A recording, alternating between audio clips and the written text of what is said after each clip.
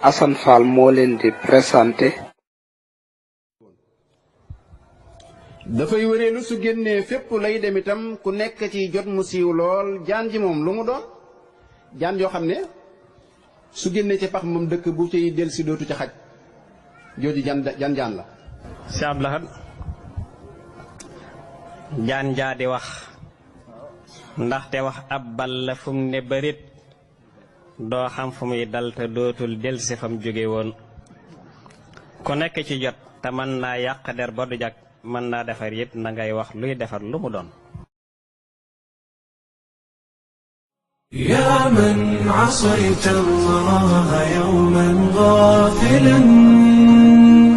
فنسيت أن الله قد أعطاك نعم عليك كثيرة لو صنتها لأطعت خالقك الذي رباك لأطعت خالقك الذي رباك بصر وسمع والكلام مكمل سبحان من أعطاك